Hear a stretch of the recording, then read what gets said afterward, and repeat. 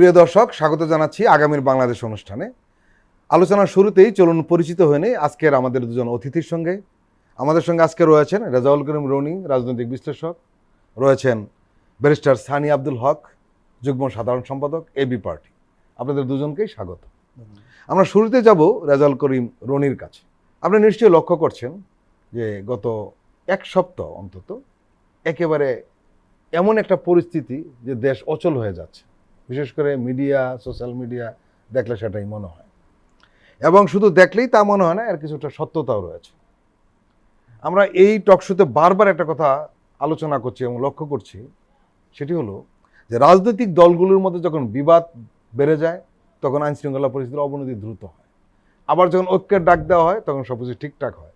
আমরা দুটো উদাহরণ পেশ করতেই পারি। একটি হলো ইসকনের ঘটনা, আরেকটি হলো ভারতের নগ্ন প্রপাগান্ডা। যখন প্রধান উপদেষ্টা সব রাজনৈতিক দলগুলোকে ডাকলেন, ডাকার পরে আবার সব শান্ত হয়ে গেল। এখন রাজনৈতিক দলগুলোর সাথে কি ধরনের সম্পর্ক আপনি নিশ্চয়ই জানেন, এবং সেই সম্পর্কটা এই দেশ এবং জাতির জন্য কল্যাণকর নয়। গোটা বিষয়টিকে আপনি কিভাবে দেখছেন? অভ্যুত্থানের পরে আপনি পছন্দ করেন বা অপছন্দ করেন, খুবই দ্রুত সময়ের মধ্যেই একটা সরকার গঠিত হয়েছে এবং সেটার নেতৃত্বে আছেন ডক্টর মোহাম্মদ ইউনূস, যিনি মোটামুটি বাংলাদেশের একজন পোস্টার বয় গ্লোবালি, যার খ্যাতির কথা বলবার আর নতুন করে দরকার নেই। তো তারপরে এই ধরনের বিশৃঙ্খল অবস্থাটা দিক থেকে যদি আমরা চিন্তা করি, এটা হওয়ার কথা না, এটা খুবই ফ্রাস্ট্রেটিং। এইটা কিন্তু এটা কেন হলো সেটা আপনার প্রশ্নের মধ্যে খানিকটা ইঙ্গিত আছে। সেটা হলো যে হ্যাঁ, বাংলাদেশের মানুষের তাহলে প্রক্রিয়া, মানে বাংলাদেশের মানুষ কিভাবে সংগঠিত হয় সেইটার প্রক্রিয়াটা তাহলে আমাদের একটু চিন্তা করার মনে হয় দরকার আছে। হ্যাঁ, অভ্যুত্থান হয়েছে একটা অর্গানিক নেতৃত্বের মাধ্যমে, ঘরে ঘরে সমন্বয়ক তখন তৈরি হয়েছে, এবং এটা যেটা আমরা বলি একটা কালেকটিভ কর্তাসত্তার উন্মেষ হয়েছে। সেন্ট্রাল কোনো নেতৃত্বের দরকার পড়ে নেই।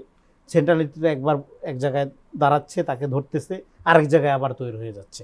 এই যে একটা বিকেন্দ্রীকরণ অবস্থার মধ্যে তৈরি হইল।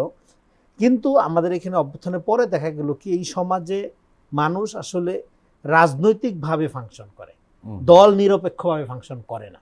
মানে আমাদের হলো জাতীয় চৈতন্যের জায়গা থেকে আমাদের যে ঐক্যবদ্ধভাবে যে কালেকটিভ কনসাস বা যেটা বলেন যে সামষ্টিক স্বার্থকে গুরুত্ব দিয়ে প্রাধান্য দিয়ে একটা ব্যক্তি আচরণ করা, সেই জায়গায় আমাদের গাফিলতি আছে। আমরা আচরণটা করি ব্যক্তিগত ইমিডিয়েট লাভ অলাভের হিসাবকে মাথায় রেখে, অথবা দলীয় চিন্তা, এইটা যেটা হয়। এবং এই ব্যক্তিগত লাভ অলাভটা যখন দলবদ্ধভাবে হয় তখন অবস্থাটা আরো ভয়াবহ হয়, যেটা এখন হচ্ছে।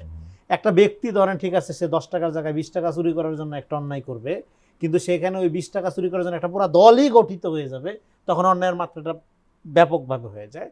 ফলে আমাদের এখানে অভ্যুত্থানের পরে যে ক্যাওয়াটিক কন্ডিশনটা তৈরি হচ্ছে, সেটা হলো যে এই যে আমাদের দুইটা জায়গায় আমাদের তাহলে ফোকাস করতে হবে। একটা হলো ব্যক্তি লেভেলে অভ্যুত্থানের যে স্পিরিট, এটার আলোকে আমাদের পার্সোনাল যে কারেকশনটা দরকার ছিল, সামষ্টিক স্বার্থের অনুকূলে নিজের অ্যাক্ট করা, সেই জায়গার থেকে আমরা একটা সামষ্টিক সার্বিক স্বার্থ না দেখে আমরা নিজস্ব ক্ষুদ্র জায়গার থেকে বা ক্ষুদ্র দলীয় স্বার্থের জায়গার থেকে, যে যার দল, আমি কারো নাম নিচ্ছি না, যে যার দলের জায়গার থেকে আমরা ইমিডিয়েট কী অ্যাচিভ করতে পারবো সেটা ফ্রেম করে আমরা একটা ঝগড়াঝাটিতে লিপ্ত হয়েছি।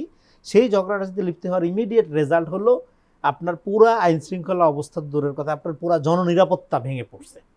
এবং এই যে নারীদের উপর এখন যেটা হচ্ছে, যেটা নিয়ে সবচেয়ে আপনারা ধরেন যে আলোচিত হচ্ছে, একটা উদাহরণ দিলে বোঝা যাবে যে অবস্থাটা কোন লেভেলে গেছে। এখন আমাদের এখানে ধরেন 54 বছর ধরে নারীবাদীরা আন্দোলন করতেছে, এবং এই সরকারেও যারা আছে 2-3 জন, তো 2 জন তো পার্টিকুলারলি নাম না বললেও তা আপনারা বুঝতে পারবেন। আওয়ামী লীগের আমলে কিন্তু নারীবাদীদের আমরা কম দেখেছি। হ্যাঁ, এখন যেটা হলো, না, নারীবাদ তো বেসিক্যালি একটা আওয়ামী প্রবণতা। এই যে শাহবাগ কেন্দ্রিক একটা যে নারীবাদী প্রকল্প, দেখেন গ্লোবালি নারীবাদ একটা ইডিওলজি, ফিলোসফি। আর বাংলাদেশে আইসা নারীবাদ হয়ে গেছে একটা শাহবাগী সেকুলার আওয়ামী ন্যারেশন উৎপাদনের একটা সেকেন্ড রান অজুহাত। হ্যাঁ, একটা সিস্টার কনসার্ন হয়ে গেছে। তো সেই জায়গার থেকে এখানে এই উপদেষ্টা পরিষদেও 2 জন নারী যে আছেন, তারা তো এনজিও ওয়ার্ল্ডে খুবই পরিচিত, এবং নারী অধিকার আন্দোলন, পরিবেশ অধিকার আন্দোলন, এগুলোতে দীর্ঘদিন যাবৎ তারা সম্পৃক্ত। এবং তার মানে তারা অবস্থাটা কত খারাপ আমাদের এখানে এটা খুবই ভালো জানেন।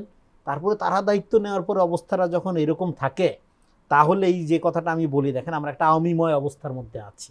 তার মানে কি, ধর্ষণ, নারীর প্রতি নিপীড়ন, এটা একটা আওয়ামী ফেনোমেনা। অন্য আমলে যে হয় না সেটা না, এখন কোনো মানুষ যদি শুধু নারী হওয়ার কারণেই আপনার সে নির্যাতনের শিকার হয়, অবমূল্যায়নের শিকার হয়, আপনার হয়রানির শিকার হয়, সে সমাজ তো আগাবে না, সেই সমাজের কোনো ভবিষ্যৎ নেই, এটা বলে দিতে পারি। কিন্তু আমি যে পয়েন্টটা মেক করতে চাচ্ছি, আমাদের এখানে নারীবাদের নামে যে এই জায়গাটা তৈরি করা হচ্ছে, আপনার এখানে হিজাব পরা বা ধর্মীয় অধিকার, এটাও কিন্তু একটা মৌলিক অধিকার, সেটা লঙ্ঘিত হলে কিন্তু নারীবাদীরা সোচ্চার হয় না। কিন্তু তার গাঁজা খাওয়ার অধিকার নষ্ট হয়ে গেলে মিছিল বের হয়ে যায়। হ্যাঁ, গাঁজা খাওয়ার রাইট তার আছে, সে গাঁজা খাবে, মদ খাবে, যা খাবে, হ্যাঁ, আইনের চোখে যেটা যদি অপরাধ এটা আইন ধরবে, কিন্তু পার্সোনালি সে কী করবে না করবে, সে মোরাল পলিসিং কেউ করবো না আমরা। কিন্তু তার এই আপনার এবং এই নেশাদ্রব্য, এগুলো বিড়ি সিগারেট হোক, গাঁজা হোক, যাই হোক, এটা পাবলিক প্লেস হোক, প্রাইভেট প্লেস হোক, এটা খাওয়াটা তো ভালো কাজ না। এইটার অধিকারের জন্য সোচ্চার হইতে যেভাবে দেখবেন, কিন্তু একটা হিজাব পরার কারণে একটা মেয়েকে যখন লাঞ্ছিত করা হয়, তার যে ধর্মীয় অনুভূতি, তার যে ফ্রিডম যেভাবে লঙ্ঘিত হয়, তার জন্য কিন্তু এই নারীবাদীরা অ্যাক্টিভ হয় না। কেন হয় না? অ্যাক্টিভ যে হয় না, কেন হয় না, এটা আমাদের বুঝতে হবে। অ্যাক্টিভ হয় না বিকজ অফ তারা মনে করে নাগরিক অধিকার বা নারী অধিকার এইটা শুধুমাত্র একটা সেকুলার ব্যাপার। নারী অধিকার একটা আওয়ামীকরণ হয়েছে, সেকুলারিকরণ হয়েছে, এটা খুবই ইম্পর্টেন্ট, এটা বুঝতে পারতে হবে। এই যে নারী অধিকারের আওয়ামীকরণ, এর মধ্য দিয়ে আপনি যত বেশি নারী আন্দোলন করেন, তত নারী আরও নির্যাতিত হইতে থাকে। সিগারেট খাওয়ার জন্য তোমাকে হেনস্থা করা হয়েছে, ডেফিনেটলি অন্যায়, তার শাস্তি হইতে হবে। যারা তাকে বাধা দিছে বা তাকে হ্যারাস করছে, হ্যাঁ, শাস্তি হইতে হবে। এইবার আপনি তার প্রতিবাদে গণহারে বিড়ি খাওয়া কর্মসূচি দেন, ঘটনাটা কত হাস্যকর হবে না? কালেকটিভ মোরালিটি, যে মানুষের যে বৃহত্তর জনগোষ্ঠীর বা সাধারণ ধর্ম বর্ম নির্বিশেষে মানুষের যে মোরাল স্পিরিট, তার এগেনিস্টে আপনি দাঁড়াচ্ছেন। তাহলে আমাদের এখানে নারীবাদ, এই যে জন্য ফাহাম আব্দুল সালাম যে কথাটা বলছিল, যে কোনো একটা ভালো আইডিয়া বাংলাদেশে আইসা সে কথাটা না বলে একটা আবর্জনা হয়ে যায়। হ্যাঁ, তো সেই যে আবর্জনা, এখানকার নারীবাদী যে আবর্জনাটা, তথাকথিত নারীবাদ বলতে হবে, নারীবাদের নামে এখানে যে আওয়ামী, শাহবাগী, সেকুলার, ফেসিবাদী বয়ানের যে ডকট্রিন, আমি বলবো এমন একটা জায়গায় গেছে যে এই ফেসিবাদটাকে আমরা একটা সেকুলার ফেসিবাদ বলতে পারি। হ্যাঁ, তো এই যে বয়ানটা, এই বয়ানের মধ্য দিয়ে করা হচ্ছে কি, যখন আপনার নাগরিক অধিকার, নারী অধিকারের কথা বলতেছে, তখন সমাজের ধর্মীয় মূল্যবোধের অধিকারী যারা, বিশেষ করে ইসলামী মূল্যবোধের যারা অধিকারী বা যারা ধারণ করেন, তাদেরকে এই নাগরিক পুরা বর্গের বাইরে রাখা হচ্ছে। মনে হচ্ছে ওরা রিয়েকশনারি। ফলে নাগরিক আন্দোলনের এই যে সেকুলারিকরণ, আওয়ামীকরণ হয়েছে, এর মধ্য দিয়ে আপনি যত আন্দোলন করবেন, সমাজে ডিভিশন দূর হবে না, সমাজে অনৈক্য দূর হবে না।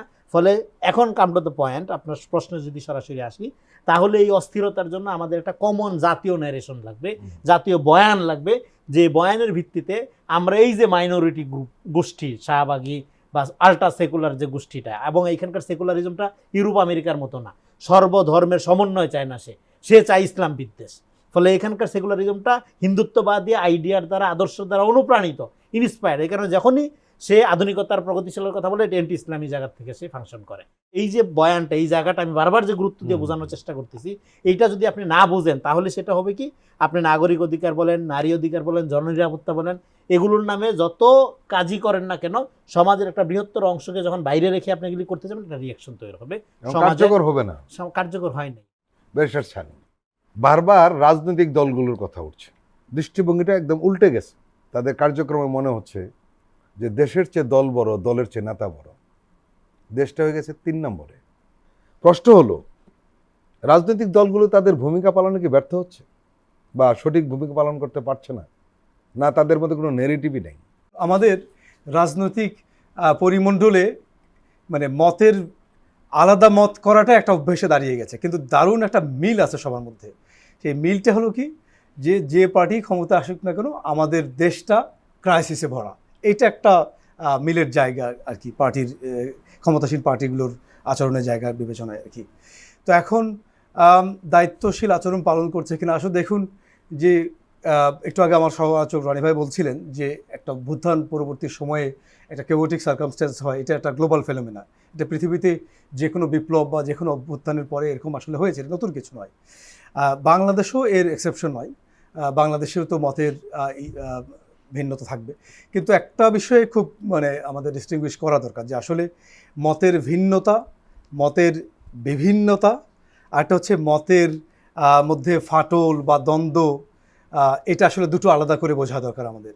মতের বিভিন্নতা বা মতের ভিন্নতা, এটাকে আমরা ওয়েলকাম করতে চাই। That is the beauty of democracy.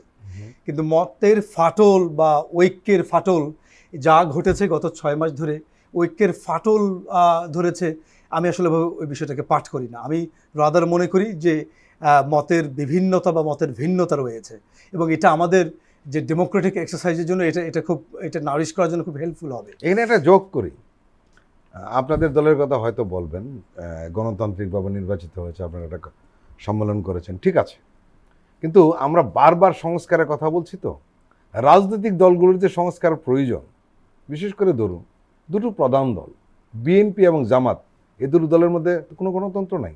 তারা নানানভাবে ব্যাখ্যা দেওয়ার চেষ্টা করবে, সে ব্যাখ্যাই আমরা জানি এই দুটো দলের মধ্যে ন্যূনতম গণতন্ত্র নেই। প্রশ্ন হলো, একটি রাজনৈতিক দলের মধ্যেই যদি গণতন্ত্র না থাকে, সে দেশে গণতন্ত্র প্রতিষ্ঠা করবে কিভাবে? জি, আপনি যথার্থ বলেছেন। আপনার এটা আমি অ্যাড্রেস করার আগে ওটা অল্প একটু বাকি আছে, ওটা শেষ করে দিই। সেটা হচ্ছে আমাদের মূল সমস্যাটা হচ্ছে যে আমরা এই গত 16 বছরে পার্টিকুলারলি আমরা একটা সিঙ্গুলার ওপিনিয়নে এত বেশি অভ্যস্ত হয়ে পড়েছি, আমাদের অভ্যাসের মধ্যে এত বেশি প্রগাঢ় রূপ ধারণ করেছে যে কোনো একটা প্লুরাল ওপিনিয়ন দেখলেই বা কোনো মাল্টিপল ওপিনিয়ন দেখলেই মনে করি এই বুঝি ঐক্যের ফাটল ধরেছে, এই বুঝি দ্বন্দ্ব শুরু হয়ে গেছে। আসলে না, মতের বিভিন্নতা মানেই কিন্তু মতের মানে ঐক্যের ফাটল, ব্যাপারটা এরকম না। আর আপনার যে সেকেন্ড কোশ্চেন, আমরা সো প্রাউড যে আমরা আমাদের মতো করে to the best of our ability, আমাদের যে লাস্ট যে জানুয়ারিতে কাউন্সিল গেল, এখানে দলের যে সর্বোচ্চ ফোরাম যেটা ন্যাশনাল এক্সিকিউটিভ কাউন্সিল, যেটাকে আমরা ইন শর্ট এনইসি বলি, এটা যে প্রত্যেকটা সদস্য এখানে ডিরেক্ট ভোটের মাধ্যমে নির্বাচিত হয়েছেন, এবং আমাদের দলীয় যে চেয়ারম্যান এবং সাধারণ সম্পাদক তারাও প্রত্যক্ষ ভোটে নির্বাচিত হয়েছেন। তো আমরা এটা ট্রাই করছি। আর আপনি যেমনটা বলছিলেন যে আসলে অন্যান্য আমাদের যারা কাউন্টার পার্ট আছেন, আপনি আরও স্পেসিফিক্যালি বলেছেন বিএনপি বা জামাত, তাদের মতো করে। তো আমাদের এই জায়গাতে আমি একমত যে আসলে নিজেদের মধ্যে ইন্টারনাল ডেমোক্রেটিক এক্সারসাইজ যদি না থাকে, তাহলে আপনি রাষ্ট্রীয়ভাবে এই ডেমোক্রেসির নারিশমেন্ট আপনার হাত ধরে কীভাবে হবে, এটা তো একটা প্রশ্ন রয়ে যায়। তো আগে আমি নিজের ঘরেই আমি যেগুলো পালন করি না, এগুলো আমি আসলে রাষ্ট্রে কীভাবে ছড়িয়ে দেব, এই প্রশ্নটা তো থেকেই যায়। তো এই জন্য আমাদের যে রাজনৈতিক দলগুলো আছে, এগুলো যে ডোমেস্টিক্যালি ইন্টারনাল যে ডেমোক্রেটিক এক্সারসাইজগুলো, এগুলো আরও বেশি করা উচিত। প্রিয় দর্শক, আমরা এখন একটি বিরতি নিচ্ছি, আপনারা আমাদের সঙ্গেই থাকুন।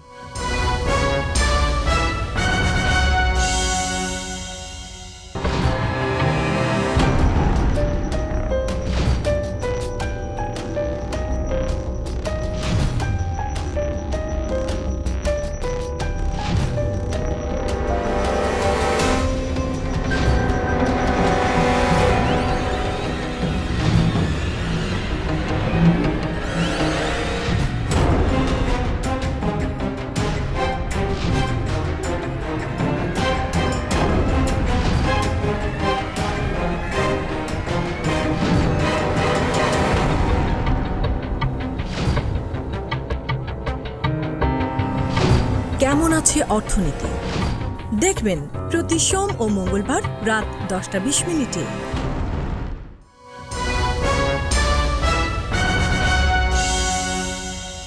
আবারও স্বাগত আগামীর বাংলাদেশ অনুষ্ঠানে। আজকে আমাদের সঙ্গে রয়েছেন রেজাউল করিম রনি এবং ব্যারিস্টার সানি আব্দুল হক।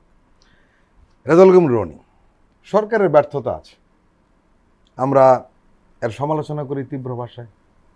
সরকার সমালোচনা শুনেন, কারেকশন করার চেষ্টা করেন, একটু সংকট হয়, একটু দেরিতে করে, যেটা হয়তো একটু আগে করার দরকার ছিল পরে করে। রাজনৈতিক দলগুলো সরকারকে তীব্র ভাষা আক্রমণ করছে, সরকার ব্যর্থ, সরকার এটা পারছে না। কিন্তু এই ব্যর্থতার পেছনে রাজনৈতিক দলগুলোর কিন্তু ভূমিকা রয়েছে, তাদের কার্যক্রমের ভূমিকা রয়েছে। রাজনৈতিক দলগুলো কেউ নেমেছে দখল চাঁদাবাজিতে, কেউ নেমেছে পদ দখল। এটা বারবার এই টকশোতে আলোচনা আনছি। এই কারণে আমরা আনি এই বিষয়গুলো, যে মানুষ সঠিক তথ্যটা জানুক, অন্তত এক পেশে যাতে না হয়, যার যার ব্যাখ্যার মতো না দেখ। প্রশ্নটা হলো যেটা, রাজনৈতিক দলগুলো তাদের যে দায়িত্ব, বিশেষ করে অন্য সময়ের এখনকার সময় তো আলাদা। 5ই আগস্ট তো অনেক কিছু বদলে গেছে না। 5ই আগস্টের সময়কেও তারা ধারণ করতে পারছে না, একই সঙ্গে কোনো দায়িত্ব পালন করছে যেটা একটা দায়িত্বশীল রাজনৈতিক দল হিসাবে দায়িত্ব পালন করছে বলে সাধারণ মানুষ মনেও করছে না। তাহলে এই রাজনীতির কি হবে? 5 তারিখে আমরা কি দেশ চাই না সেই বিষয়ে জনগণ বা জেনজি রায় দিয়ে দিয়েছে। স্পষ্ট তো। হ্যাঁ, এখন কি দেশ চাই সেটা আমাদের গঠন করতে হবে। তার মানে কি 5 তারিখ আপনাকে রাজনৈতিক দলগুলোর জন্য এমন একটা সময়, একটা সুযোগ আকারে হাজির হয়েছে যে আপনি হয় নিজের বিকাশ অথবা বিনাশ, দুইটারই পথ আপনার খোলা আছে, আপনি কোনটা বাইসা নেবেন। বিকাশের পথ কি? বিকাশের পথ হলো যেটাকে আমি বলি ফিলেন্থ্রপি অ্যাজ পলিটিক্স, মানে সেবাইটাই রাজনীতি। আর আগে ছিল কি পলিটিক্স অ্যাজ ফিলেন্থ্রপি, মানে আগে আমি রাজনীতি ক্ষমতা নিব, তারপরে সেবা করব, 2000 কোটি টাকা চুরি করব, আপনার 200 কোটি টাকার উন্নয়ন করব, এইটা না।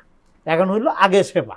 আগে সেবার জন্য টাকা পয়সা মালিক হওয়ার দরকার নেই, কারণ আপনি অভ্যুত্থান তো করতে গেছেন চাকরির জন্য না, কি হবে না হবে এটার জন্য না। আপনি মনে করছেন ছাত্রদের এভাবে পাখির মতো গুলি করে হত্যা করা অন্যায়, আপনি দাঁড়াইছেন বন্দুকের ডালের সামনে। এই যে ফিলেন্থ্রপিক কর্তাসত্তার আবির্ভাব, এটাই স্পিরিট অভ্যুত্থানের। এই স্পিরিটের আলোকে রাজনীতিটা হইল ফিলেন্থ্রপিক রাজনীতি। তো সেই ফিলেন্থ্রপিকে আমরা দেখছি, সেটা দেখছি না। আমরা এখন দেখতেছি কি কে কত বড় দখলবাজ, সেটার প্রতিযোগিতা শুরু হয়ে গেছে। হ্যাঁ, জামাত বিএনপি দুই দলে এখন আবার সোশ্যাল মিডিয়াতে প্রপাগান্ডা। হ্যাঁ, একজনকে টেম্পো স্ট্যান্ড দখলকারী বলা হচ্ছে, আরেকজনকে সচিবালয়ের সমস্ত পদ সে তার মতো করে দখল করতেছে, তার মতাদর্শের লোক বা তার মতাদর্শের সে ধরেন এখন ঘটনাটা কি, এই যে আমরা বলি না কোনো কিছু ফাংশন করে না, এর একটা কারণ আছে কেন ফাংশন করে না, অনেকগুলো কারণ আছে, একটা বলি।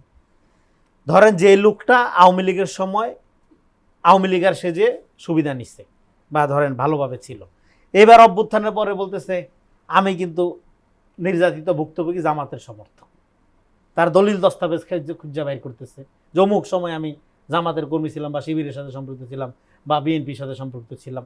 এইবার যে লোকটা প্রফেশনাল, সে কি দেখতেছে? সে দেখতেছে আরে আওয়ামী লীগের সময় সে সুবিধা নিল, আরে এখন সে বলতেছে অভ্যুত্থানের শক্তি, সে বিএনপি জামাত বা নিজেকে সে বঞ্চিত দাবি করতেছে, দাবি করে সে বেশি পথ ভাগাভাগির দিকে যাচ্ছে। আমাদের গোটা রাজনীতির মডেলে দেখেন, এই যে শিক্ষাটা একটা বিসিএস মুখী শিক্ষা, এই যে সরকারি চাকরিটা একটা সোনার হরিণ, সরকার এজ ইফ একটা লুটপাটের খাত, এই সরকারের সাথে আপনি যে কোনো মূল্যে নিজেকে সংযুক্ত করতে পারলেই ভাগ্য খুলে যাবে।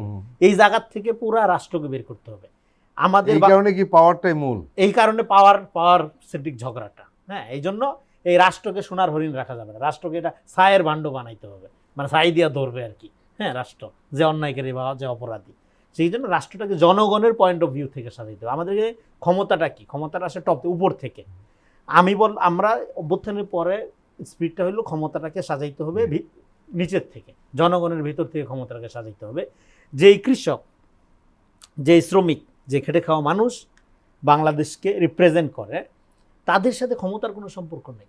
এই জন্য আমাদের এখন বলতে হবে যে পার্টি যার যার, রাষ্ট্র সবার। আমরা এই যে নাগরিক ভিত্তিক একটা রাজনীতির কথা বলতেছি, সেখানে দল মত নির্বিশেষে একজন নাগরিক ইন্ডিভিজুয়ালি রাষ্ট্রের সাথে সম্পর্ক স্থাপনের জায়গায় যাবে। এখন যেটা হইলো কি, সম্পর্ক হয় কিভাবে? জামাত বিএনপির অনুসারী হিসাবে হয়। জামাত বিএনপির অনুসারী হিসাবে না, আপনি জামাত বিএনপি না করেন কোনো সমস্যা নেই, আপনি নাগরিক হিসাবে আপনার মর্যাদা রাষ্ট্রের কাছে সবার আগে। কিন্তু এখন মর্যাদার জায়গায় ওকে, ও জামাতের লোক হইলে ওর জন্য বড় চাকরি, ও বিএনপির লোক হইলে ওর জন্য টেন্ডারটা সবার আগে। নো, এই জায়গায় রাষ্ট্র, এই জায়গায় আর দেখতে চায় না বাংলাদেশের জনগণ।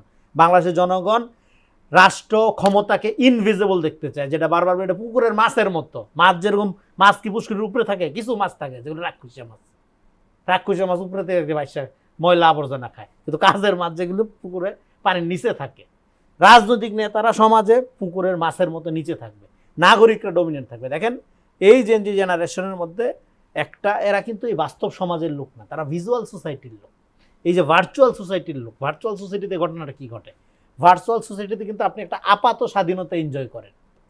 আপনার পছন্দ হচ্ছে না, আপনার মত আমার পছন্দ হচ্ছে না, আমি আপনাকে ব্লক করে দিব, দিয়ে আমি আমার স্বাধীন স্পেস ক্রিয়েট করব। এই যে নতুন জেনারেশনের চৈতন্যের মধ্যে একটা ওয়েস্টার্নাইজড বলেন, এটা ভালো মন্দ দিক নিয়ে আলাপ হইতে পারে, কিন্তু আমি বলতেছি এই যে একটা নতুন স্বাধীনতা চর্চার ক্ষেত্র তৈরি হয়েছে, সেইটা কখনো এই দলাদলি ভিত্তিক, ক্যাডার ভিত্তিক, আপনার নেতা ভিত্তিক রাজনীতি অ্যালাউ করবে না। এই জন্য সে অভ্যুত্থান করেছে। ছাত্রলীগের টোকাইদের দ্বারা সে শাসিত হবে না, আওয়ামী মাফিয়াদের কাছে সে জিম্মি থাকবে না। সে অভ্যুত্থান করেছে, তার মানে সে এটা দেখতে চায় না। এবার কি দেখতে চায় সেইটা এনশিওর করার দায়িত্ব হলো রাজনৈতিক দলগুলোর।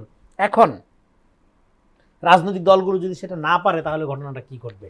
তাহলে ঘটনা যেটা ঘটবে, এই যে বিপুল জেনজি জেনারেশন, প্রায় 3 কোটি 4 কোটি জনসংখ্যা হবে। এরা 5-7 বছর পরে পূর্ণ যুবক হবে, এই অ্যাডলোসেন্ট বা কিশোর বয়সের এই দোদুল্যমান অস্থিরতাটা কাটবে।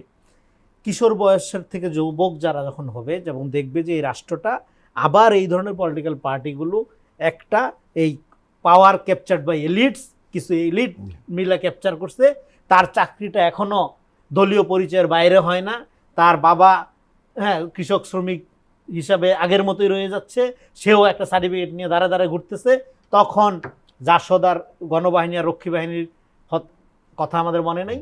এই রক্ষী বাহিনী আপনার আপনার জাসদের গণবাহিনী কারা গঠন করছিল, আওয়ামী লীগের সাথে যারা যুক্ত ছিল, ছাত্রলীগের সাথে, মুক্তিযুদ্ধের সাথে যারা যুক্ত, তাদের বড় অংশ গিয়ে গণবাহিনী গড়ে তুলে মুখোমুখি সশস্ত্র সংগ্রামে নিয়োজিত হয়েছে না। এই অভ্যুত্থানের শক্তি আপনার এই সমস্ত রাজনৈতিক দল বলেন, ইভেন ছাত্রদের, এরাও যদি ব্যর্থ হয় এই আকাঙ্ক্ষাটাকে পূরণ করতে, একটা পলিটিক্যাল এমন একটা অ্যাংজাইটি আসতেছে সামনে, সেটা বাংলাদেশকে গৃহযুদ্ধের দিকে নিয়ে গেলেও আমি অবাক হব না। সেটা সবচেয়ে ডেঞ্জারাস জায়গা। বেরসার সানি রেজাউল করিম রনি বলছিলেন যে দুটো পথ খোলা রয়েছে, বিকাশ এবং বিনাশ। রাজনৈতিক দলগুলোর বিনাশ হলে আমাদের কিছু আসে যায় না। প্রবলেম হলো এদের কারণে দেশ তো বিনাশ হয়, যেটা আমরা অতীতে 16 বছরে দেখেছি। এক রাজনীতি দলের বিনাশ হবে, নতুন উত্থান ঘটবে, কোনো সমস্যা নেই, কিন্তু দেশের কি হবে? মূল ক্রাইসিসের জায়গা হলো যে প্রথাগত যে ট্রেডিশনাল পলিটিক্যাল পার্টিসগুলো আছে তাদের দেশ নিয়ে কোনো ভাবনা নেই, কারণ এটা আজকের নতুন ফেনোমেনন। এটা গত 53 বছর ধরেই কিন্তু মানুষ আশা করেছিল যে 5ই আগস্টের পরে এই চিন্তা চেতনার পরিবর্তন ঘটবে। আমরাও আশা করেছি, দেশের জনগণ আশা করেছে, এবং আমি এই আশাটাকে কন্টিনিউ রাখতে চাই। মূল সমস্যাটা হলো যে আমরা আসলে এই জন্য বারবার বলছি আর কি, যে অ্যাসপিরেশন নিয়ে, যে আকাঙ্ক্ষা নিয়ে আমাদের এই বাংলাদেশ নামক রাষ্ট্র জন্ম হয়েছিল, সেই অ্যাসপিরেশন কখনো পূরণ হয় নাই। এটার কয়েকটা সমস্যা আছে। একটা সমস্যা হচ্ছে যে আমাদের যে প্রমিস না রাখার যে একটা টেন্ডেন্সি। আপনি দেখুন, প্রায় 200 বছরের কলোনিয়াল পিরিয়ডের কলোনিয়াল শাসন ব্যবস্থার, ঔপনিবেশিক শাসন ব্যবস্থার শেষে আমরা প্রায় 200 বছর পরে আমরা স্বাধীনতা পেয়েছি 1947-এ। এর ঠিক 23 বছরের মাথায় একটা নতুন রাষ্ট্রের প্রয়োজনীয়তা দেখা দিল। কেন? আসলে কারণ হচ্ছে অনেকগুলো কারণের। একটা বড় কারণ হচ্ছে যে পূর্ব পাকিস্তানের প্রতি যে কৃত ওয়াদা, এটা পশ্চিম পাকিস্তান পালন করেন নাই। সবচেয়ে বড় কারণ বোধহয় সেখানে গণতন্ত্রটা ছিল না। ওই তো, গণতন্ত্র একটা ওয়াইডার কনসেপ্ট। আমি জাস্ট আরও স্পেসিফিক্যালি আরও ন্যারো পয়েন্টগুলোর মধ্যে একটা দুটো বলার চেষ্টা করছি, যে আসলে এই কৃত ওয়াদা না পালন করার যে প্রবণতা, এখান থেকে আমাদের একটা নতুন যে অধিকার ভিত্তিক যে একটা লড়াইয়ের জায়গা থেকে আমরা একটা নতুন স্বাধীন সার্বভৌম রাষ্ট্রের প্রয়োজনীয়তা দেখা দিল। আমরা ঝাঁপিয়ে পড়লাম। কেন ঝাঁপিয়ে পড়লাম? আমাদেরকে একটা প্রমিস করা হলো, আমাদেরকে নতুন স্বপ্ন দেখা হলো। কি সেটা? যে এই যে নতুন রাষ্ট্র, এই রাষ্ট্র গঠিত হবে কয়েকটা মূলনীতির ভিত্তিতে। কি সেটা? সাম্য, মানবিক মর্যাদা আর সামাজিক সুবিচার। এই যে প্রিন্সিপালসগুলো, এই মূলনীতিগুলো আমাদের যে গ্লোরিয়াস প্রোক্লেমেশন অফ ইন্ডিপেন্ডেন্স, যেটাকে আমরা স্বাধীনতার ঘোষণাপত্র বলি, যেটা মেহেরপুরের বৈদ্যনাথ তলায় 10 এপ্রিল পাঠ করা হলো। তো ওই অ্যাসপিরেশন থেকে, ওই আকাঙ্ক্ষা নিয়ে, ওই স্বপ্ন নিয়ে আমাদের রাষ্ট্রটা গঠিত হলো। কিন্তু খেয়াল করে দেখুন, গত 53 বছরে 54 বছরে কিন্তু এইগুলো কিন্তু অধরা রয়ে গেছে, জাস্ট অ্যাকাডেমিক্যালি শুধু লেখা আছে। প্রত্যেকটা পলিটিক্যাল পার্টি তারা ক্ষমতায় এসে নিজেদের আখের গোছাতেই ব্যস্ত আছে। তো আমাদের সর্বশেষ যে জুলাইয়ের যে গণ অভ্যুত্থান, এটাকে আমি আসলে এটা যে 36শে জুলাই, এই 36 দিনের বা কয়েক সপ্তাহের অথবা মাত্র 16 বছরের মধ্যে ব্র্যাকেটবন্দি করতে চাই না। আমি আসলে মনে করি এই জুলাইয়ের এই দিনগুলো গত 53 বছরের রাগ, ক্ষোভ, অভিমান, না পাবার বেদনাগুলো একসাথে আসলে উগড়ে দিয়েছে এদেশের ছাত্র জনতা, আপামর মানুষজন। এই গত অর্ধ শতাব্দী না পাবার যে বেদনাটাই এখানে আসলে প্রস্ফুটিত হয়েছে। তো এই জায়গাটাতে আমরা একটা সুযোগ পেয়েছি আসলে। এখন রাজনৈতিক দলগুলো এই সুযোগের সদ্ব্যবহার কতখানি করবে, এখানে চরম ঘাটতি আছে বলে আমি মনে করি। আপনি দেখুন, এমন একটা উতলা ভাব নির্বাচন দিলে যে মনে হয় একটা ম্যাজিক্যাল সলিউশন আসবে, যে আপনি ঘুম থেকে উঠবেন, নির্বাচন হয়ে গেল, নির্বাচন হয়ে যাওয়ার পরেই বোধহয় দেশটা সুইজারল্যান্ড বা সিঙ্গাপুর এরকম করে হয়ে যাবে। আসলে দ্যাট ইজ নো ম্যাজিক। এবং আমরা যে রাজনৈতিক দলগুলো আসলে নির্বাচন নিয়ে এত বেশি প্রেস করছে, এত বেশি করছে, আমরা তো তাদেরকে হয় ক্ষমতায় অথবা ক্ষমতার খুব কাছাকাছি দেখেছি। তো তা আসলে কি পরিবর্তন হয়েছে? তো নির্বাচন হলেই যে দেশটা ম্যাজিক্যাল চেঞ্জ আসবে এমনটা মনে করি না। আসলে সংস্কার নিয়ে, বিচারের দাবি নিয়ে আমরা কয়দিন মাঠে নেমেছি, কয়দিন কথা বলেছি। তো আমরা এই সুযোগ perhaps once in a generation, আমার লাইফ টাইমে আমি আর দেখবো কিনা আমি জানি না, এরকম ঘটনা ঘটবে কিনা যে আমরা এত বেশি যে সম্ভাবনা তৈরি হয়েছে, যে অভূতপূর্ব যে গণ অভ্যুত্থান, এর মধ্য দিয়ে যে একটা বিপ্লব না হলেও বিপ্লবের কাছাকাছি বা বিপ্লবের একটা সম্ভাবনা তৈরি হয়েছে, এটাকে সদ্ব্যবহার করা, এটাকে কাজে লাগানো, এই রাষ্ট্রটাকে নতুন করে সাজানো।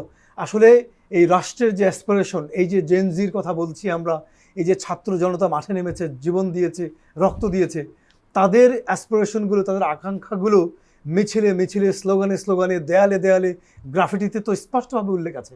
আপনি আমাকে দেখান, আমার তো চোখে পড়ে নাই। বাংলাদেশের অন্য শহরে সফর করেছি, ঢাকা শহরে আমি খুব মনোযোগ দিয়ে পড়ি, বোঝার চেষ্টা করি, আমি কোথাও পাইনি। আমাকে দেখিয়ে দেবেন যদি থাকে আপনার কাছে, যে অনতিবিলম্বে নির্বাচন চাই, আশু নির্বাচন চাই, এখনই নির্বাচন দিতে হবে, এরকম দেখি নাই। কি লেখা আছে?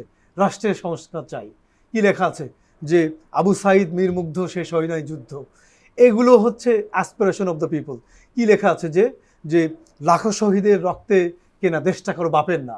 তো আসলে এই জন্য শুধুমাত্র নির্বাচন কেন্দ্রিক এটার মধ্যেই সব সলিউশন আছে। আরেকটা কথা দেখবেন, আমি একটা রিস্কি বিজনেস আমি এটা বলি, যে একটা বলা হচ্ছে যে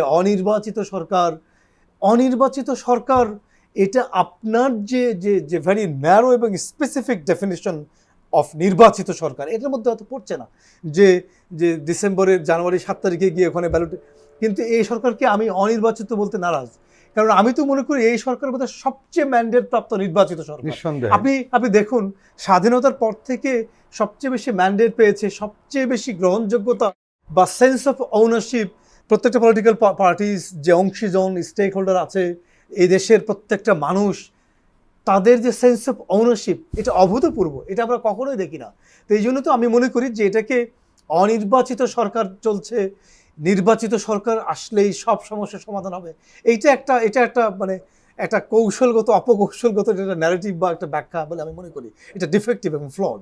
তো এই জন্য আমি মনে করছি যে এই রাষ্ট্রটা নিয়ে আমাদের ভাবা দরকার। এদেশের নতুন যে নিউ জেনারেশন, যে বাংলাদেশ 2.0 যেটা জেনজির বাংলাদেশ, যে নতুন বাংলাদেশ, তো এই বাংলাদেশ নিয়ে আসলে আমাদের ভাবা দরকার।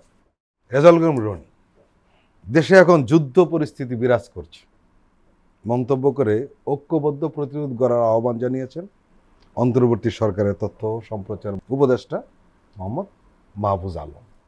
সোমবার গভীর রাতে এক ফেসবুক পোস্টে তিনি বলেছেন যে সরকার যুদ্ধ লড়ছে গণ অভ্যুত্থানে পরাজিত একটি শক্তিশালী দেশি ও বিদেশি জোটের বিরুদ্ধে, কিন্তু স্বার্থান্বেষী মহল জনগণের মধ্যকার অভ্যুত্থানের ঐক্যকে নস্যাৎ করতে উঠে পড়ে লেগেছে, সফলও হচ্ছে। এ অবস্থায় জুলাই অভ্যুত্থানের পক্ষের শক্তিগুলির উদ্দেশ্যে এই তরুণ নেতার বার্তা, সেনাবাহিনী, রাজনৈতিক দল ও অভ্যুত্থানের বিভিন্ন শক্তিকে মুখোমুখি না করাই আমাদের জন্য আখেরে ভালো হবে। কি বলবেন? ইলেকশনটা চাইতে হবে কেন? আমার কথা, ইলেকশন আপনি চাবেন কেন? আপনি কি চাচ্ছেন? আপনি 17 বছর ভোটাধিকার বঞ্চিত এবং টোটাল ফ্যাসিবাদের বিরুদ্ধে একটা অভ্যুত্থানের মধ্যে দিয়ে আপনি গণতান্ত্রিক প্রক্রিয়ায় ফিরবেন, তাই না? তো গণতান্ত্রিক প্রক্রিয়া আপনি কি ভোট ছাড়া ফিরবেন? আপনি জনগণ এই সরকার ক্ষমতায় আছে এটা বললো কি আপনারা? এই সরকার দায়িত্বে আছে। এই সরকার এই সরকার তো অভ্যুত্থানের সরকারও না, অভ্যুত্থানকারী শক্তির ম্যান্ডেট প্রাপ্ত সরকার। এই সরকারের 80% লোক আছে, অভ্যুত্থান না হইলে কি হইতো? তাদের 80% লোকের কি হইতো? তার যে জীবন আছে ওরকমই থাকতো, তার যে এনজিও আছে ওরকমই থাকতো, তার যে ফান্ড আছে ফান্ডই থাকতো, তার যে বাজারও আছে বাজারই থাকতো, তার যে লাইফস্টাইল আছে ওটাই থাকতো 80% লোকের। তো ফলে এটা অভ্যুত্থানের সরকার বলতেও আমি নারাজ। অভ্যুত্থানকারীদের ম্যান্ডেট প্রাপ্ত সরকার। এখন অভ্যুত্থানকারীদের ম্যান্ডেট প্রাপ্ত সরকার আর অভ্যুত্থানের সরকার তো এক না, যে কারণে এখানে সমস্যাটা হচ্ছে। আরেকটা জায়গায় সমস্যা হচ্ছে, আপনি অভ্যুত্থানকে ধরে নিচ্ছেন, রাজনৈতিক বন্দোবস্ত কায়েম হয়ে গেছে। নো, অভ্যুত্থানের কোনো রাজনীতি থাকে না, থাকে স্পিরিট। অভ্যুত্থানের আলোকে রাজনীতি তৈরি করতে পারতে হবে, এটাই চ্যালেঞ্জ। আপনি যদি রাজনীতি করতে না পারেন, আপনি খরচের খাতায় চলে যাবেন। তো এখন রাজনীতি করতে না পারে আপনি যদি ঝগড়াঝাটি করেন, হ্যাঁ, কে কাটছে, কত বড় খারাপ, সেই প্রপাগান্ডা যদি লিপ্ত হন, আপনার পরিণতি খারাপ হবে। ডেফিনেটলি জনগণের সরাসরি রাষ্ট্রের সাথে সম্পর্কে সংযুক্ত হওয়ার একটা মাধ্যম হলো ভোট, কিন্তু সেই ভোটটাকে কি আমরা 54 বছরে এমন একটা জায়গায় নিতে পারছি যে ভোট কি? ভোট হলো নাগরিকের, এই আলোচনা এখানে বারবার করছি আমি, সার্বভৌম ক্ষমতা প্রয়োগের একটা এখতিয়ার হইল ভোট। ভোট তো এমন না যে একটা মার্কায় সিল মারা। ভোট হলো একটা এমন একটা সিক্রেট, এমন একটা ওথের মতো যেইটার সমষ্টি হলো একটা মানুষকে নির্বাচিত করে পার্লামেন্ট প্রতিনিধি হিসেবে এবং সে গিয়ে আইন করে। তার মানে আমি যে ভোটটা দিচ্ছি আমার সার্বভৌম ক্ষমতার প্রয়োগ আমি করছি ভোটের মাধ্যমে, সেটা কখনো এক্সচেঞ্জেবল না, সেগুলো কখনো বিক্রয়যোগ্য না, সেটা কখনো পার্টি প্রোপাগান্ডার দ্বারা মুগ্ধ হয়ে প্রয়োগ করার ব্যাপার না। সেই কারণে আমি মনে করি জনসাধারণ মানুষকে সরাসরি নিজের রাজনৈতিক প্রক্রিয়ায় সক্রিয় অংশগ্রহণ করতে হবে। সে যদি মনে করে এই যে রাজনৈতিক দলগুলো এখন সক্রিয় আছে তার মাধ্যমে তার অধিকার প্রিভেল হবে না, সে তার ক্ষমতা প্রয়োগ করতে পারবে না, তখন সে নিজে ক্ষমতা প্রয়োগ করে নতুন রাজনৈতিক বন্দোবস্ত যেটা নতুন রাজনীতি নিয়ে হাজির হবে এবং তার এক দল থাকবে স্বাভাবিকভাবে।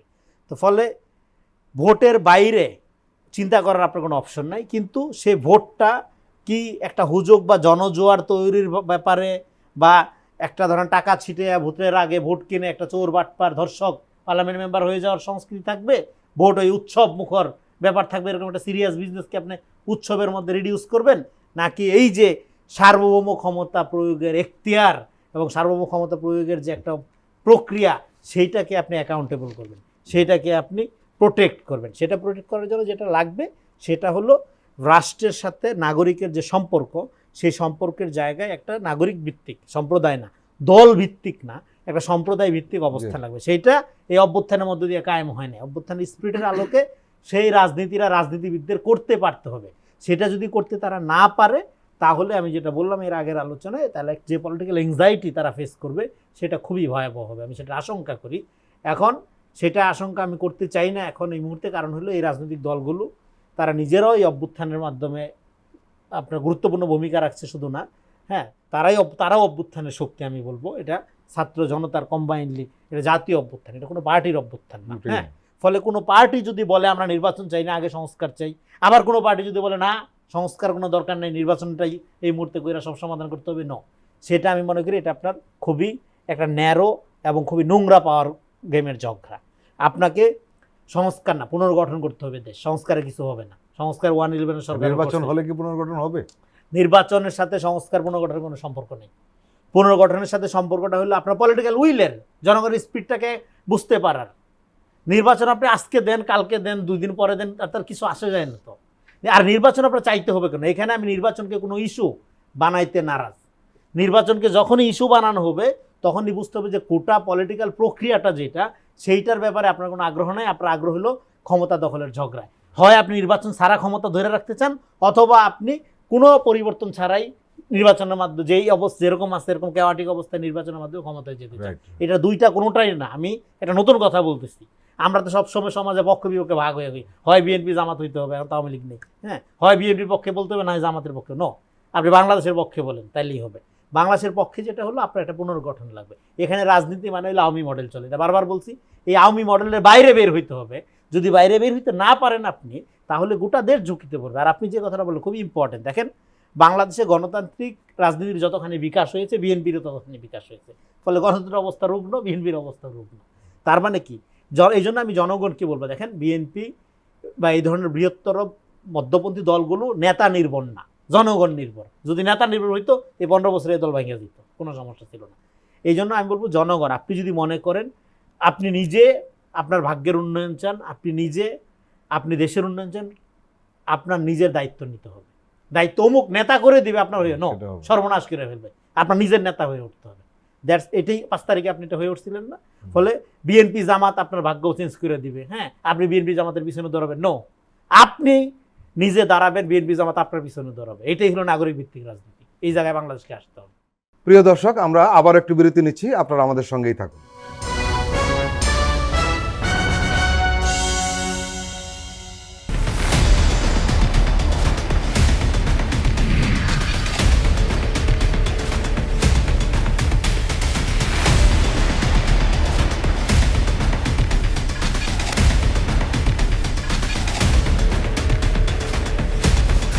নিপীড়নের স্মৃতি। প্রযোজনা মোহাম্মদ হাসান রিয়াদ ও গোলাম মোর্শেদ। দেখবেন প্রতি শুক্র ও শনিবার সন্ধ্যা 7টায়।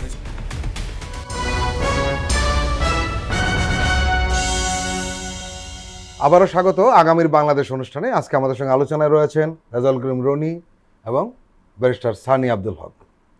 ব্যারিস্টার সানি, মাহফুজ আলম ওই ফেসবুক স্ট্যাটাসে আরও কিছু কথা বলেছেন। উনি বলেছেন যে সামরিক বেসামরিক আমলাতন্ত্র, ব্যবসায়ী শ্রেণী ও মিডিয়ার মধ্যকার গণ অভ্যুত্থানের শক্তিগুলোর বিরুদ্ধ, অন্যদিকে গণ অভ্যুত্থানের বিরুদ্ধ শক্তির ঐক্যবদ্ধ হয়ে ক্রমশ উত্থান সরকারকে ব্যাঘাতায় ফেলছে। অনেকগুলো নিজেদের মধ্যে ঝামেলার কারণে, তাদের উত্থানের কারণে সরকারকে ব্যাঘাতায় ফেলছে। এর মানে সরকার এই বিষয়গুলোর কারণে সংকটে পড়ছে, স্বীকার করা হচ্ছে। এবং আরেকটা জিনিস সেটা হলো যেটা রনি কথা বলছিলেন, যে সেনাবাহিনী, রাজনৈতিক দল এবং সরকার বা অভ্যুত্থানের বিভিন্ন যে গ্রুপ রয়েছে তাদেরকে মুখোমুখি দাঁড় করিয়ে দেওয়ার যে চেষ্টা করা হচ্ছে, সেই বিষয়ে উনি পরিষ্কার বলেছেন, যেটা আমরা বলছিলাম যে আখেরে ভালো হবে না। এখন প্রশ্নটা হলো দুটো। একটি হলো যে এই গণ অভ্যুত্থানের যে যারা সহযোগী ছিল তাদের মধ্যে বিরোধটা বাঁধলো কেন, একটা। আরেকটা হলো এই বিরোধের থেকে বাঁচার উপায়টা কি? এই অভ্যুত্থানের পরে তো আসলে অনেকগুলো ক্রাইসিস ট্যাকল করতে হয়েছে এই অন্তর্বর্তীকালীন সরকারকে। কিছুদিন আগে একটা পত্রিকায় বোধহয় রিপোর্ট এসছে যে 136টা আন্দোলন ট্যাকল করতে হয়েছে এই অন্তর্বর্তী সরকারে লাস্ট 6 মান্থসে। তো এই বাস্তবতা তো আছেই। এই দায়িত্ব নেওয়ার পরে যেমনটা আমার সহ-আলোচক বলছিলেন যে এই অন্তর্বর্তী সরকার আসলে ক্ষমতা গ্রহণ করে নাই, দায়িত্ব গ্রহণ করেছে।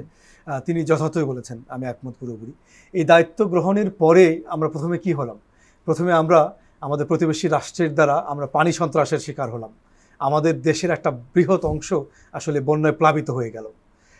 এরপরে তো বিভিন্ন প্রপাগান্ডা তো আছেই, রঙে রূপে বিভিন্ন হ্যাট পরিবর্তন করে, রং পরিবর্তন করে বারংবার ফিরে আসার প্রয়াস তো চালিয়েছে, কখনো আনসার লীগ হয়ে।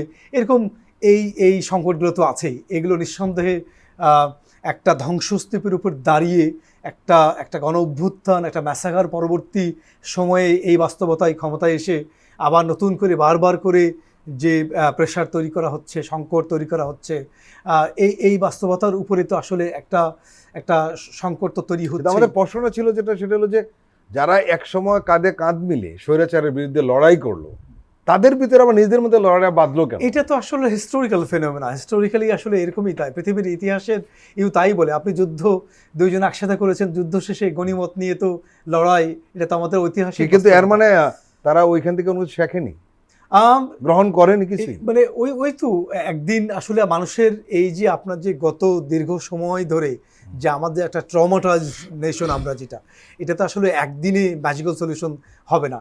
এই লড়াইয়ের মধ্য দিয়ে, এই সংকটের মধ্য দিয়েই সমাধানের পথ খুঁজতে হবে, এবং এটা জারি রাখার মধ্য দিয়েই আমরা একটা পার্মানেন্ট সলিউশনের দিকে এগোবো।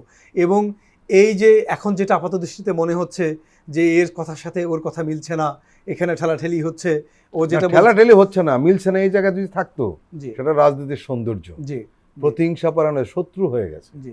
এবং আপনি শুনলে অবাক হবেন, নিশ্চয়ই জানেন, আপনি একজন আওয়ামী লীগের লোক যেভাবে জামাত শিবির বা বিএনপিকে আক্রমণ করত, তার চেয়ে অধিকতর কঠিন ভাষায় বিএনপি এবং জামাত পরস্পরকে আক্রমণ করছে। এটাকে গণতান্ত্রিক সৌন্দর্য বলে না? যে ওইটাই এটা আমাদের একটা মানে কালচারাল ফেনোমেনা। এটা আমাদের আছে রাজনৈতিক পরিমণ্ডলে। যে সেটা ছিল 5 আগস্টের আগে। জি, আগে ওই যে বললাম যে আমরা আসলে হঠাৎ করে যে আপনি আপনার এই হঠাৎ করে তো একদিনে উঠে আপনি হঠাৎ করে ভালো হয়ে গেছেন। একটা দীর্ঘ সময়ে আপনি একটা যে অভ্যাসের ভেতরে ছিলেন, এটাতে হঠাৎ করে আসলে বের হওয়া সম্ভব না। তো এটা আমি হোপফুল, আমি এটা আশা জারি রাখতে চাই, এবং এই এক্সারসাইজের মধ্য দিয়েই আমরা একটা সুস্থ রাজনৈতিক ধারায় আসলে ফিরে আসব। তবে এটা আপনি যথার্থ বলেছেন, এটা আমাদের কাম্য নয়। রাজনৈতিক দলগুলো একে পারস্পরিক শ্রদ্ধাবোধ নিয়ে, সৌজন্যবোধ দিয়ে কথা বলবে, সম্মান রেখে কথা বলবে। দেখুন, হঠাৎ করে এই যে আমি দেখছিলাম যে ছাত্র সংগঠনগুলো একে অপরের আয়ের উৎস কোথায় এটা নিয়ে কথাবার্তা শুরু হচ্ছে। আবার আরেকটা ছাত্র সংগঠন বলছে যে আমাদের তো বড় ভাই দেয়, এই আমাদের অর্থের উৎস এবং মজার এটা খোঁজাটাও আসলে যৌক্তিক নয়। মজার ঘটনা, যিনি আয়ের উৎস নিয়ে কথা বলছেন তাদের আয়ের উৎস কিন্তু কোনো খবরই নেই। জি জি এটা আরো আশ্চর্য কাণ্ড। এইটাই আর কি। তো আমাদের এই টাইপের পলিটিক্যাল কালচার থেকে আসলে বেরিয়ে আসতে হবে। রেজাউল করিম রনি, এর আগেও কিন্তু আপনি একটা কথা বলার চেষ্টা করেন সবসময়, যে যারা এই 5ই আগস্টের চেতনাকে ধারণ বা আকাঙ্ক্ষাকে ধারণ করতে না পারবে তারা এদেশের রাজনীতিতে একসময় টিকবে না। এখন মানুষ কোন দিকে যাবে, দুটো দলই তো প্রধান, কোন দিকে যাবে? এখন কিন্তু নতুন উইন্ডো খুলেছে।